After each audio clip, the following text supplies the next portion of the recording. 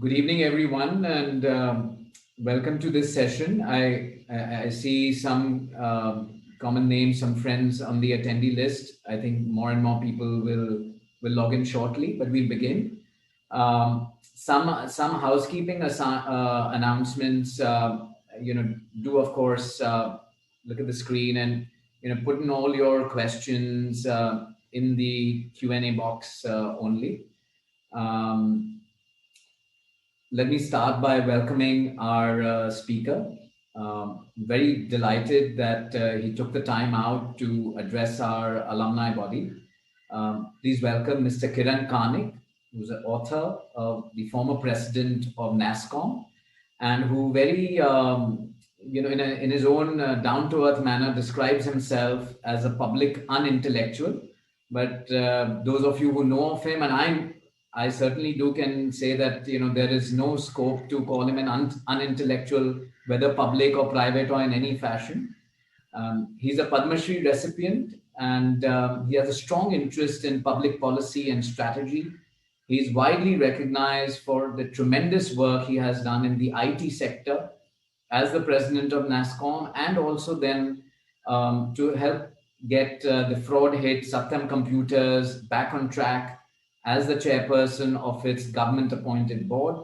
He has been on several key government committees over the years, including the Scientific Advisory Council to the Prime Minister of India and the National Innovation Council. He began his career very interestingly in the Department of Atomic Energy, and he has spent over 2 decades in ISRO, focusing on applications of space technology, and was also instrumental in launching Discovery TV in India and led it to great heights before moving on to several other things. He's the author of several best-selling books. His most recent book is called Decisive Decade, Gazelle or Hippo, Looking at India in 2030. Please welcome Mr. Karnik. Sir, what an honor and pleasure to have you. Thank you, Kumar. So getting to the obvious question first, we are in a very interesting decade. I mean, yes, one can say that every decade is decisive, but whilst we're still in the midst of the pandemic and looking at India 10 years hence, just give us a sort of a broad overview on why do you think this is a decisive decade? Yeah, let me start, Kumar, by saying thank you very much for having me on this platform, and my greetings to all alumni from Oxford Business. Trust you're all doing safe and keeping well in these difficult times. Your question, Kumar, let me just step back one part before that and talk a bit about the title, because that's what you asked, the decisive decade. An earlier book I wrote was called Crooked Minds. And a lot of people ask me, is it about politicians? So actually, it was about innovation, but people wondered. So I was a bit worried about this title. So when my publisher first liked my subtitle and said, hey, this would be very intriguing if you title it Gazelle or Hippo. And I said, no, wait, it'll get classified under biology or something else. So let's just be careful. So that's how Decisive Decade came about. But specifically to your question, you're absolutely right. Every period, every time, every generation thinks this is the sort of make or break point in tennis terms. And there is an argument to that saying every year, every decade is crucial. But I'll tell you in just a couple of sentences why I think this is critical. When I go back many years, when I was, of course, born, but very, very young, the 1950s shaped India in many, many ways. It was the Nehruvian years when we were just independent and sort of, not quite sure where to go and how to do it. Countries around the world, in Asia and Africa particularly, were being liberated out of long years of colonial yoke. And we chose a certain path, which was to stay independent, to stay non-aligned from the two major blocs at that time, to follow a certain pattern of economic development, which was called socialist, and that was the aim. And it was also a time for great institution building. Some of India's well-known institutions, be it in the arenas of science, when atomic energy was set up, the scientific and industrial research labs were set up, or in education when the IITs came about, and then a few years later, the Indian Institutes of Management. So it was a time of great institution building. And therefore, it shaped in India in many ways, both institutionally and the kinds of things we did for the next many, many decades. In the same way, I think at this point in the 2020s, we're at a point, especially post-pandemic, where after boom years, roughly 2002 to 2012, when the economy did exceedingly well, we slowed down a bit. And the last few years, for a variety of reasons, partly internal, partly global, have seen a great slowdown. And then the pandemic has hit us all hard.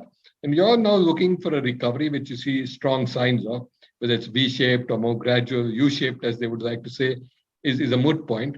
But you're seeing that. And in the global arena, we are seeing rapid changes with the rise of China, both economically and militarily. We are seeing a lot of other geopolitical changes. And the world is indeed going through a huge transition. The UK itself, some of you may be there, may have lived there for many years, obviously, are seeing after Brexit how the UK is changing too. So global equations too are changing. So I feel that this decade for India is truly decisive in shaping our future, at least for the next few decades, on all fronts, whether it's technology, the economy, certainly in the social arena, and of course in geopolitics. So that's the whole story of why I think this is truly going to be the decisive decade, the 2020s. Well, that's very true, sir. And so you're looking at it from every possible angle. So you covered, I think, 9 major sort of tracks when you're talking about India in 2030. Coming to the track probably closest home is on technology. And, so we saw an entire era of the IT services model, which grew very rapidly, and we are perhaps one of the best and one of the fastest growing markets in terms of service markets, exporting outside globally. What is going to be the next big tech sort of story? Are we looking at green tech, med tech, space tech recently, or digital health? Where do you think the big opportunities are, both for entrepreneurs and in society as well? Kumar, many people make their projections and make either good, educated guesses or study the situation and then come up with possibilities.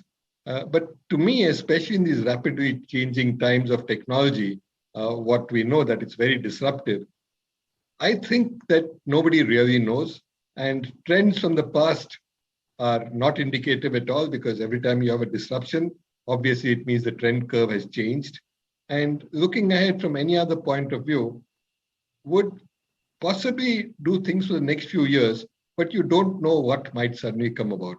And therefore, I think while some of the areas are fairly obvious for the immediate future, the whole med tech area, not just given the pandemic, but given globally aging populations, which are going to require healthcare, but also technology, both for remote monitoring themselves, and for communication with doctors.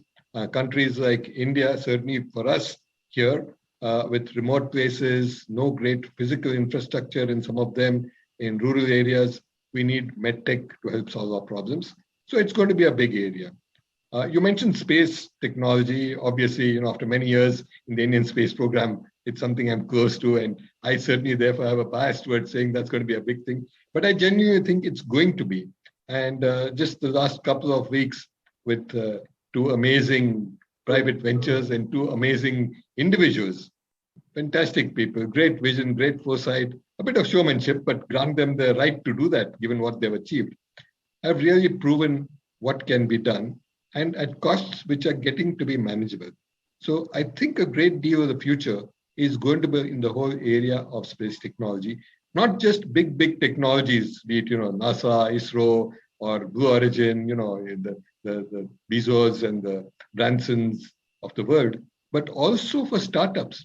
Because even in India, there are a large number of startups working in the space tech area who are doing all kinds of very interesting, innovative things in small little places with 15, 20 engineers, many of them obviously highly qualified and able to do things, and creating all kinds of stuff, ranging from small so-called microsatellites to doing the background work for space launch vehicles to just doing the so-called software and all the data analytics that's required for a space mission. So lots of interesting work going on, and I think both from an entrepreneurial point of view, a point of view of where technology is going, it's going to be a big one.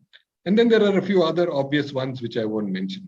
But I want to come back to my starting point that I believe that with disruptions, which I'm sure are going to happen, may not be next year, but next 3 or 4 years, there will be technologies which we haven't thought of as being the major drivers for the economy.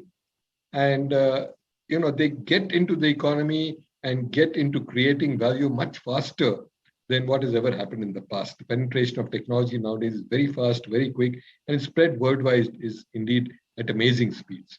And therefore, my suggestions on the policy front has always been, don't bet on a particular technology. Create an ecosystem which allows, so to say, 1,000 flowers to bloom. All kinds of different technologies, and who knows what might take off. So I would be very open-ended on that. But for investors and entrepreneurs, I think there are some immediate obvious possibilities.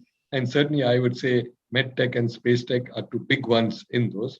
And then, of course, there's a whole area of artificial intelligence, machine learning, and Internet of Things, IoT, which are all in some ways interrelated, which are going to transform manufacturing and a lot of other things.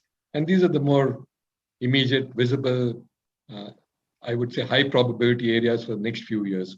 But come 2030, I don't note your point, a very good point, that in the 1990s or certainly 1980s, who in India knew that the IT industry is going to be, so huge in terms of both revenue, exports, and employment as it is today. So in the same way, I think by 2030, we don't know what is the equivalent of the IT of the 80s or 90s.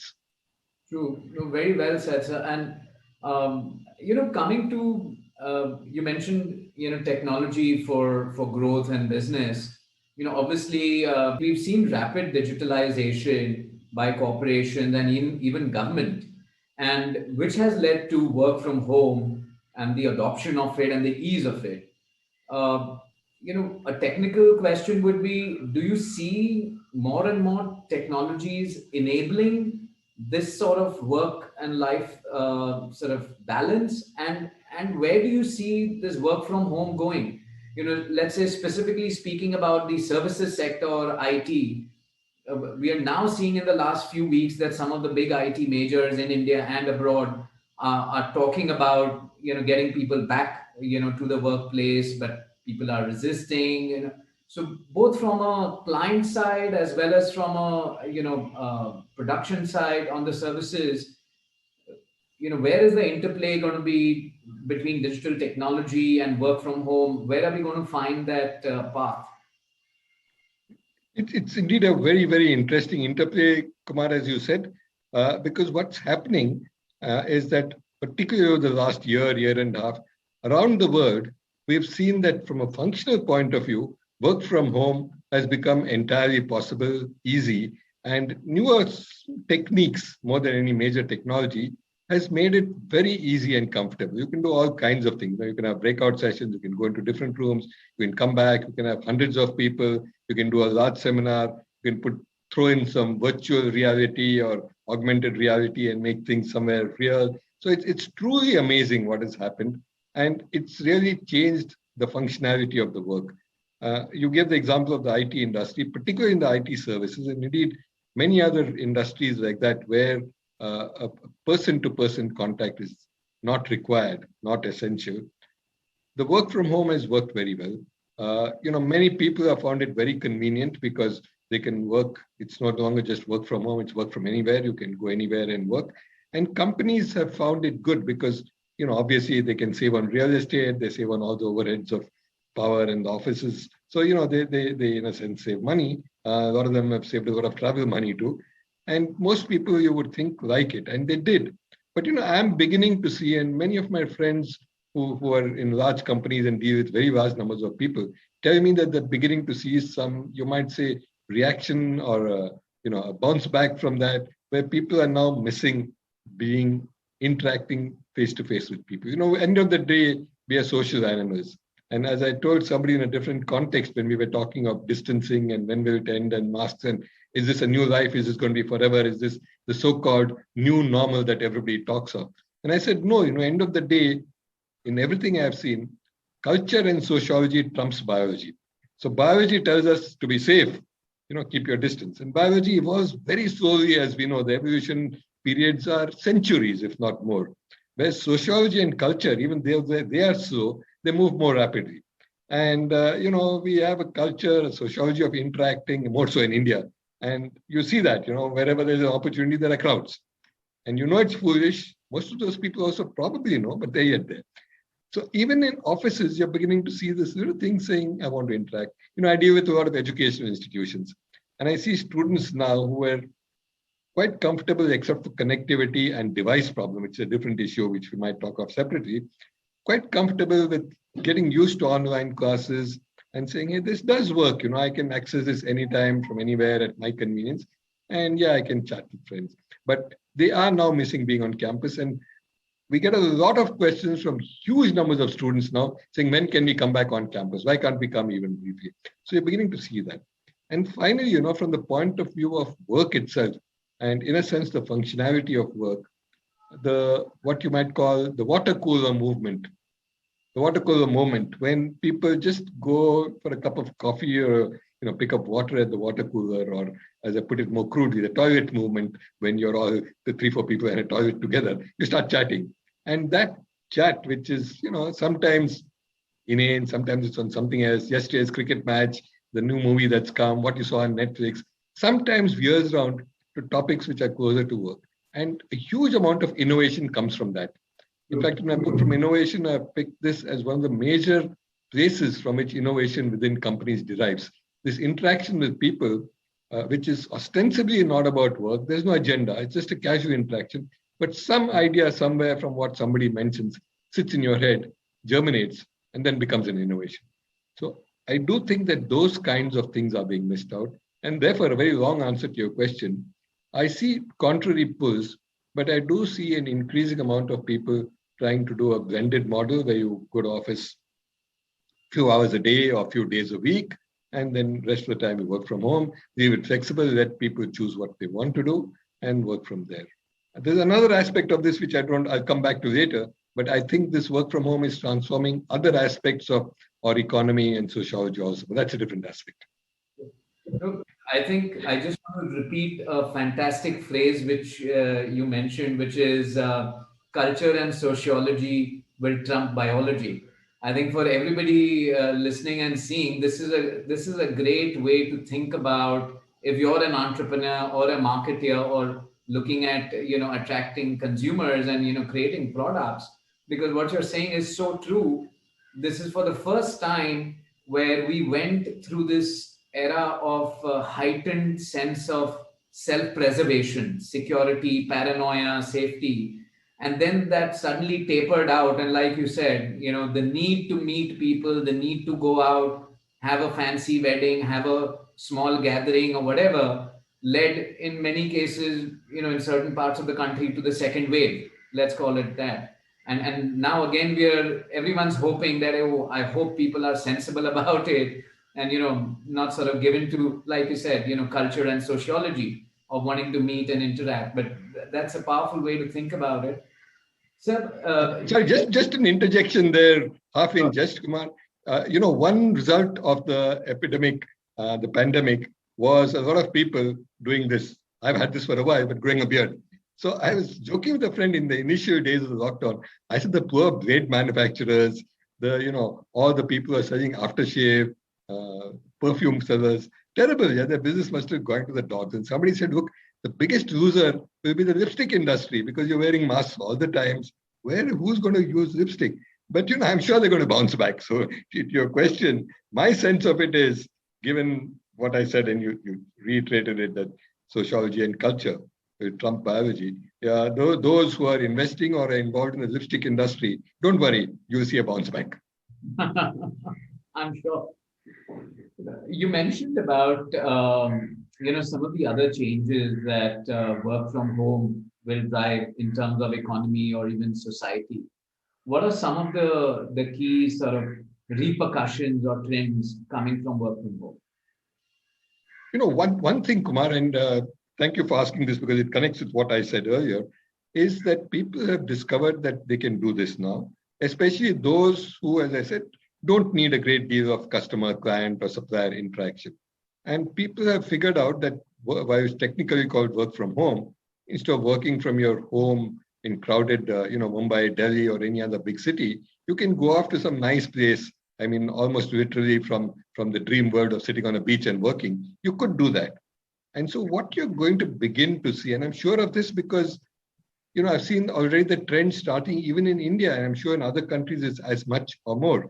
A lot of my friends have gone off to, for example, Goa, and they've taken long-term homes there and will probably say they'll settle there. And now they find that, yeah, I can work from here, and very occasionally, if and when I have to, it's reasonably well connected for physical travel also. I can get to Mumbai, Delhi, or globally, anywhere I want to.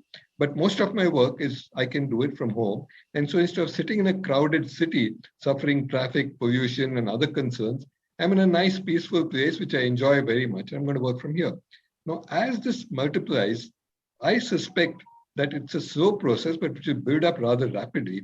As more and more people begin to do this, you will get the whole spin-off that comes from this. Remember, many of these people who are choosing to do this are, well-paid professionals, professional things, management consultants, architects, guys like that who are doing well. And, in the leisure time, they have enough money to spend and spend it on food, entertainment. So restaurants, movies, movie theaters, plays, music performances will pick up. And that's going to drive a lot of these businesses in places like, again, to take the same example, Goa. So you're going to begin to get an economic resurgence in many of the smaller cities and smaller places in the country. And you're going to begin to see the start of not just a more decentralized approach to working, but possibly, and this is in some sense more hope than expectation, you see a reverse migration from cities, from big cities, into smaller cities or even semi-rural areas. Now, as I said, the numbers are very small for a country like India. But even if we can begin a process of some thought on this, more and more people, as I said, because of support system for these will build up, because each of these people, like what the IT industry has done, we have a multiplier of at least 3, maybe 4, for every professional that's employed in an IT company. The 3 or 4 support people who are, everything from cleaning to drivers to guards to, guys who provide food there, everything else. And as you begin to see that roll out across the country, you get employment where people stay nearer their home. And for them, that's better. It also works out cheaper. And therefore, even salary levels or what they need by way of compensation might well drop. And that again helps those who are doing this and boosts the economy. So I begin to see possibilities. It's a bit of a stretch, but this is partly technology. It's partly sociology. It's partly a push that our big cities, especially in India, but as I said, many countries around the world, are getting a bit unlivable, too crowded, too much traffic, air pollution, sometimes crime. So you want to get out, but you can't because your work is there. Now you can move out. So it's going to open up new possibilities. And add to that, throw in a bit of things which make decentralized even manufacturing possible, where today we talk of economies, not of scale. Economies of scale have not gone away, but they've decreased. We talk of economies of scope. How much can you do? What's the stretch you can take? And there, decentralizing to 10 different manufacturing locations or being closer to the markets may be helpful. So you mentioned about decentralization in the economy. There's obviously been some sort of a checkered progress on the economic revival in the last year and a half post the first lockdown. Do you think we are out of the woods, in terms of economic growth and, especially in terms of jobs as well? I think we are, but I must tell you that I'm an optimist and my book takes an optimistic view too. But I do genuinely think we are, all the indicators are beginning to slowly, not very drastically. So a jump back, a V shape is not going to be that quick and easy. But I do see things coming back. Investment is slow, but picking up. But other indicators are good. And, by the end of this year, this financial year, maybe even this calendar year, we should be back to where we were 2 years ago. which sounds terrible because you're only back to where you were. But given the huge drop that we had, it's not so bad. And then looking ahead, if, and I expect this will happen, we have a few more reforms that open up the economy in ways that will push it ahead. We will probably see the possibility of getting back. I mean, 8 to 10% is yet a dream, and I'm not saying it's unrealizable, but in today's global scenario seems tough. But certainly 6 to 8% growth over the rest of the decade from next year seems possible to me. The jobs front is a more difficult question because increasingly we have seen jobs related not just to economic growth, but dealing from it. We are getting so-called jobless growth. Part of it is automation, but part of it is also the change in the nature of the kind of work that's happening. It's more high value, lesser people, and so on. So jobs is going to be a challenge. And here, unlike what most people worry about and think that technology and automation will, decimate jobs, I believe the reverse. I think that technology is going to create possibilities for completely new jobs, not just what we talked of earlier, some completely new sector that is able to take on a lot of people, but technology which is married to using human resources, the combination of, you might say, automation and human resources, man plus machine in a more basic way, is going to be the answer. And many of these technologies will do that. Now, there are examples from India, the actual case studies where some of this has happened, particularly in areas we talked of earlier, like medical technology. But there are many other areas where this is possible. And I think technology may well be a job driver. The nature of jobs, what skills you need, who is employed may change. But overall, in terms of numbers at the macro level, we may be in a good situation a few years from now. So, looking at the Indian economy and now, with the increasing sort of geopolitical issues globally, with China and, Russia as well, what are some of the immediate factors you think which will, either drive or impede the economic growth for us in India? On the external front, the concern is always trade because any increase in trade barriers, in closing off of boundaries, of becoming very protectionist is going to cause us problems. And a lot of our exports go to countries which are tending to be a little more protectionist. So we have to see how to deal with it.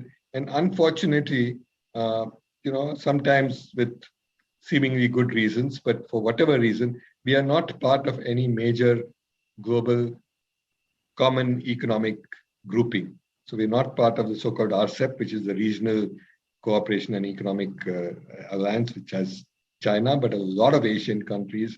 We're not part of anything else at all. And most of our agreements are bilateral, and many of them are skewed slightly. So that's a huge threat. I don't know where this is going to play out, but the last few months have been reasonably positive for the reason that global trade seems to be slowly opening up. And despite concerns about people's, wanting to be protectionist, you begin to see the major economies are a little more open than what they were earlier. So I am not pessimistic on that count, but I think there's a danger there. So if you ask me for concerns about what might happen, yes, and I mentioned this one in particular, because we've seen, and there's some good research to show that economies grow fastest when their foreign trade is growing. A lot of work on this. Of course, a lot of it is smaller Asian countries, but some of it also is with bigger countries. And so if global trade slows down, depending on our undoubtedly large internal market alone, may not be the growth driver that what we would like it to be. So, one of the themes you really strongly covered in the book is around society and demographics. And clearly, when we're talking about technology and economy, I think one of the bigger fallouts that we will have to face is on social aspects. So, what do you think are going to be some of the key trends or the key pitfalls in that area? Well, the biggest pitfall, as I see it, Kumar, is really partly economic, but it translates into what happens in the social scene, is the economic inequity. The differences between those who are well off and those who are not so well off has hugely increased with the pandemic. There are, lots of hard data and research figures to show how that gap has increased, the number of people who have fallen back into poverty, and yet, of course, how a certain segment of the population has continued to do well. So the gap has in fact widened. And you see manifestations of this in ways where people are creating their own little islands. And some of the places, for those of you who are familiar with this part of the country, would know that places like Gurgaon, specialize and epitomize this best with their little islands created, which are, as I've called it elsewhere many years back, a secession of the successful. You secede from the rest of the social services. You have your own water, your own power, your own security, your own playgrounds in the complex, even your own grocery shop, your own medical facilities. There's nothing you need to go out for. And now with work from home, you don't even need to go out to work. So you completely cut off from the rest of the city. And this creates its own problems. So there are really new ghettos coming up, the ghettos of the very poor and the ghettos of the well-off. And that is a cause for social concern. And if I can add already here, because I don't want to just sound negative on it, one of the suggestions I've made, and we've seen this happening, is therefore we need more, and this might surprise you, more parks and playgrounds. We need more, halls and theaters, because one area which links people with income disparities is sport. Another area is things like art and music, where it doesn't matter, how well off you are, how rich you are, even how educated you are, doesn't matter. I'm not talking about writing, leave literature apart, but whether it's painting, sculpture, playing cricket, or playing badminton, or football, or putting up a play, or becoming a musician, all these are possible with no need for necessarily having high incomes. And we have seen this. And in India, we have seen the great examples of this by reading about stories, which are yet few and far between. So of course they get publicized. But there are many stories of somebody who's from a really low socioeconomic segment, doing well and coming up to national, sometimes global standards. And this is a way of bringing people together, breaking down these ghettos and these walls that we are creating. But this is a concern. Obviously, it's the economy that has to take care of it. But till these happen, we need to find some solutions to take care of this. Otherwise, we will have problems and crime and so on.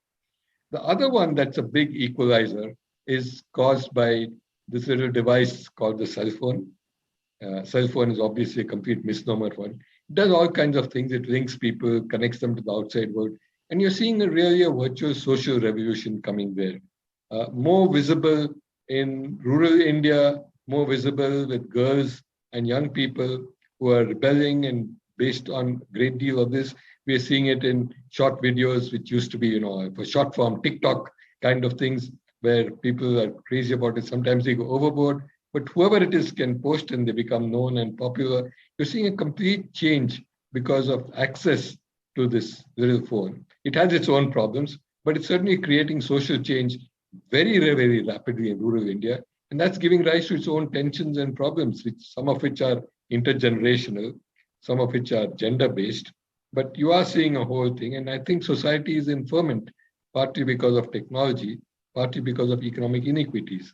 And this decade, I come back to your first question, I think is a decisive decade for this, because this will decide how we handle some of these very tricky issues. Will they get out of hand, which can create endless problems?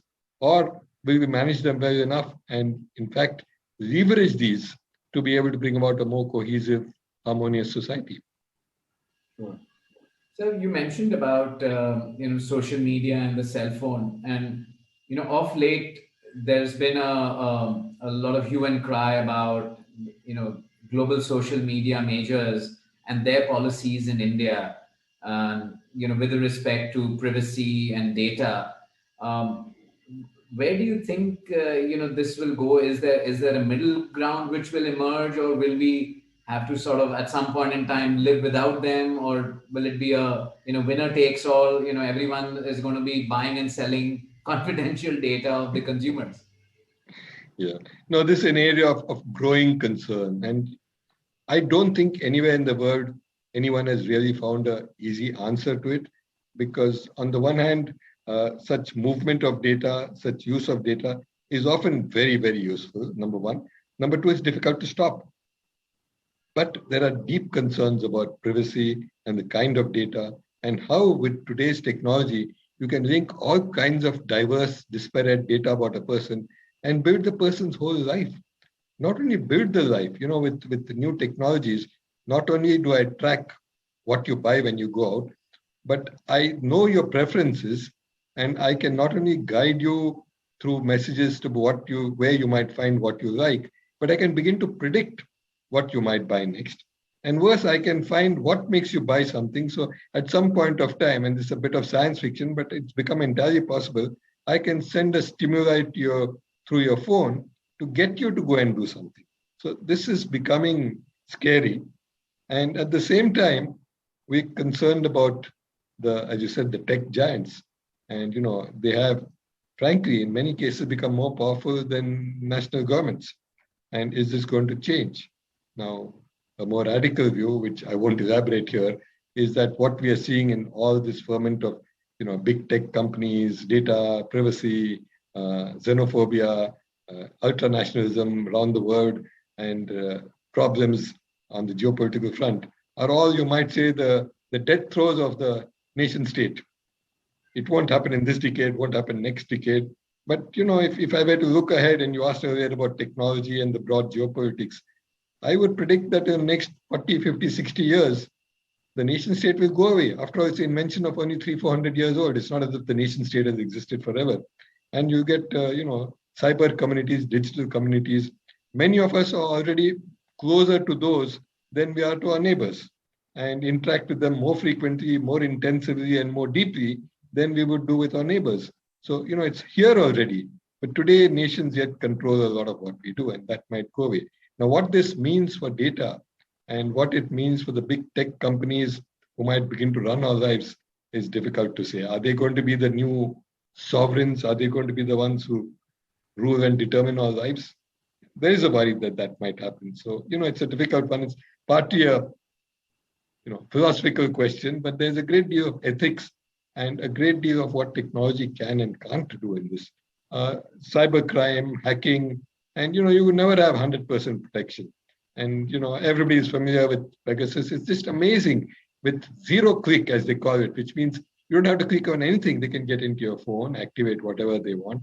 And to make it more scary, you never find out because they have an auto delete. So, the minute somebody starts checking that does your phone have a problem, it just disappears. So it's not there. So what is it? It's like a ghost. Indeed, a scary proposition. We've now started getting questions from the other participants, and I'll start taking them one by one. The first question is, I'll just shorten it. She says, somewhat contrarian take on technology is that the pandemic has woven perhaps too much technology, and maybe people are going to have the fear that everything is about technology and they have the constant digital surveillance on them in some form.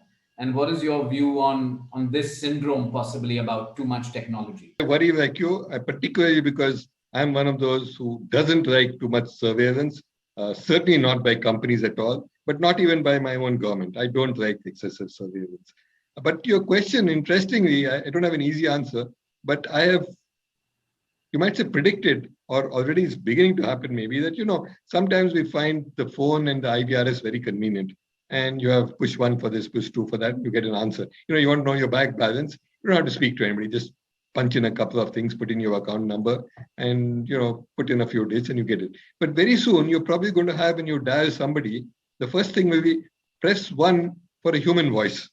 And because a lot of people now are missing that human interaction, it's not just answering questions which may not be there, because you today get very smart so-called intelligent bots which can handle anything you might have. It's almost like a conversation. In fact, the newer ones, and many of you may have read about this, have even included the sort of pauses, the ers and ahs which we talk about, which machines don't. And it seems so much like a human. But despite that, I think the human touch is something we all do. And I go back to what I said earlier, that it's sociology and culture, which not only trumps biology, but certainly trumps technology, I think. And technology even more than biology. Biology is arguable because biology is built in, and while its evolution takes time, it ultimately dominates what we become. But as far as technology is concerned, I'm absolutely sure that sociology and culture always trumps technology, be it an organization or how we do and so on. So it's going to go. And I don't think human interaction therefore will go. It's very useful. So technology is not going to go. We will continue to use it. We all leverage it, benefit from it. But there are going to be things where you want and will require the human touch. And therefore, it's going to be, as I said earlier, in a completely different context, a human plus machine or human plus technology combination. The next question, sir, again is on technology. It's from Donald, and he says, "Will India adopt electric vehicles, and when?" And I'll just add to that, saying that if it does adopt in large numbers, what does it mean for the environment, more importantly, but also for society and the economy? No, India is well on the way to trying to adopt electric vehicles. There are lots of incentives. The government is putting in place a lot of efforts to do this. They're trying to incentivize creation of infrastructure like charging stations, doing a lot on that. And it'll take its time, as everything else in India does. But there are incentives being built in, and cities like Delhi, and you need to start in the cities mainly because of what you mentioned, Kumar, the pollution problem, are moving ahead rapidly with trying to first move the highly polluting vehicles like some of our three-wheelers into electric vehicles, which is easier with battery operation, and then others. But there are concerns, as you rightly said. One concern is, what happens to all these batteries? A lot of the stuff that goes into them is not biodegradable. A lot of it uses chemicals and heavy metals, which are not only not easily biodegradable, but also pollute the water and the land around them. So as you have, millions of these, just like we have a problem already on e-waste with millions and millions of, say, cell phones being discarded every year, this problem is going to multiply in India and around the world. So while it may reduce your air pollution, it does other things. The other one is concerns about saying, look, you've got to build a whole green chain. So fine, you have a battery-powered vehicle, but you need to charge it. So where does the power from that comes from? If it's coming from a polluting power station, you yet have a problem, and sometimes a bigger problem as you move to more electric vehicles.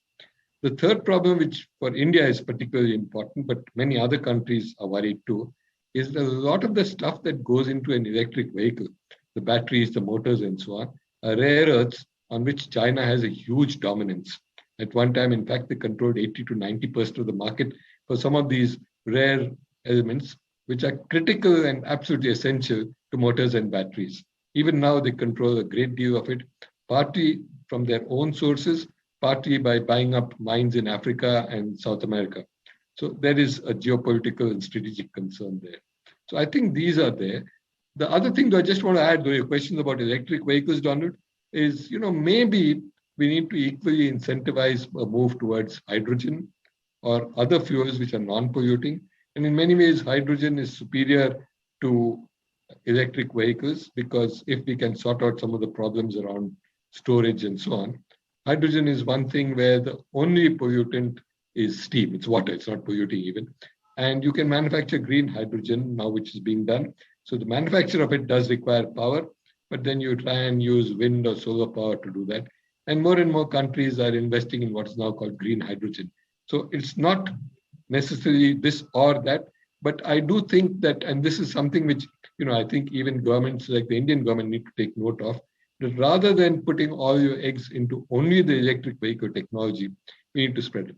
The point I made earlier, Kumar, about, not being sure which is the technology that's going to take you into the future, I think the same holds here. Electric vehicle technology is very promising. Around the world, people are doing it. But let's not bet only on that. Let's create an ecosystem where something else also is possible. It may be hydrogen, tomorrow it may be something else. True. It's a very valid point. So, we are probably rushing into it, thinking as if it's a panacea, and perhaps going all in is not the correct approach, particularly given some of the environmental as well as geopolitical issues which you just pointed out. The next question is from Prashant. I'll read it out. It's slightly long. It says, "Do you believe that India will need to create a unique development pathway to achieve a moderately prosperous and successful society in the next few decades, given our social and economic context versus the Western or East Asian countries? And if yes, what could this entail? Prashant, absolutely, completely agree with you. I do think that we need to create a new model. It's not that, every country thinks they're very different. We are different. But I do see that the models that have so far been created are not something which we want to adopt. If you go for a pure prosperity model, there are great dangers of inequity and dangers of creating high pollution and other problems, which we have seen around the world. If you follow a model which is a little more based on, let's say, the China path, where they've undoubtedly moved people out of poverty phenomenally fast in the last 20, 30 years, you do see other problems. And you're beginning to see some of the sociological problems. And a great deal of their system itself is based on, minimal political freedom, though a great deal of economic growth. And that's not a model which I would like. Just as I would say that Singapore seems ideal for a short visit, It's very structured, very disciplined, very good. But if you ask me, would you like to stay there forever? I doubt it. It's just a bit too disciplined for our kind of culture. But that apart, it's a very structured, organized society with no leeway to, deviate here or there. And we are a very, very diverse country, not only in terms of cuisine, language, culture, religion, anything else, but just our thinking. People always are doing something else, which is what the so-called jugaad is all about, that we're always thinking differently. So I do think that we need to create a model that's a little different. And therefore, this competition about per capita income and GDP, while we definitely need growth, is, I think, wrong. And I've ended my book. Many of you wouldn't know it, so I want to mention this, on saying that we may or may not be, even in 2050, a big economic power. We'll be large, but we won't be the biggest for sure. We may not be a military superpower. I doubt we will be. We will be, again, an important one, but not the biggest. But one thing we can aspire to be and try hard to be, can we be the happiest country? Can we make our people happy? And that includes the major factors which people are immediately concerned about, which is health, education, well-being, clean water, a house, comfort, and not necessarily prosperity, but enough. So you're guaranteed reasonable social security, food, and everything else. So can we aim to be a happy country and happy people, rather than trying to set ourselves as being the first, the biggest, the largest, whatever? Great point. And sorry, Kumar, let me just add a footnote here, because I started my title but didn't finish that. So, a lot of people would worry, what is the subtitle of hippo or gazelle? So I want to add that not just at individual happiness level, but as a country. There are various analogies of India. The communist one used to be elephant. An elephant is nice, it's large, it's big, as we are, but it's slow moving, lumberous.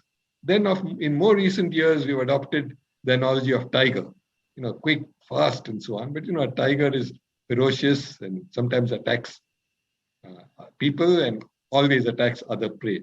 So I chose the analogy of looking at these two, the hippo, which is also large like the elephant and ponderous and moves, but it's also a bit scary. Rightly or wrongly, people feel frightened when they see a hippo, charging at them. Not too fast, but it does charge. On the other hand, a gazelle is something which is sleek, fast, but likable. I mean, if you or I see a gazelle, I'm sure you'll not hesitate to try and walk up to it and, even pet it as you would a pet dog. I mean, that's what a gazelle is. So I would rather that India become and aim to become a gazelle rather than a tiger or a hippo or an elephant. Sir, we have two more questions, but since we are talking about the book, can you show us perhaps the cover of the book so that everyone? Okay. Yes. Is it visible reasonably well? Absolutely. Okay. Great. We'll also, for everyone's benefit, we'll put up the link to the Amazon bookstore here as well. I think Hannah just put it up. The last two questions. COVID has brought many innovations in business and society worldwide. Which innovations do you think will stay once the COVID is gone? Although I'm not sure whether COVID will go away, but in any case. Yeah, I think you said it, Kumar. I don't know. It's going to be one of those things that may persist, but it will decrease and so on. But no, I understand the question.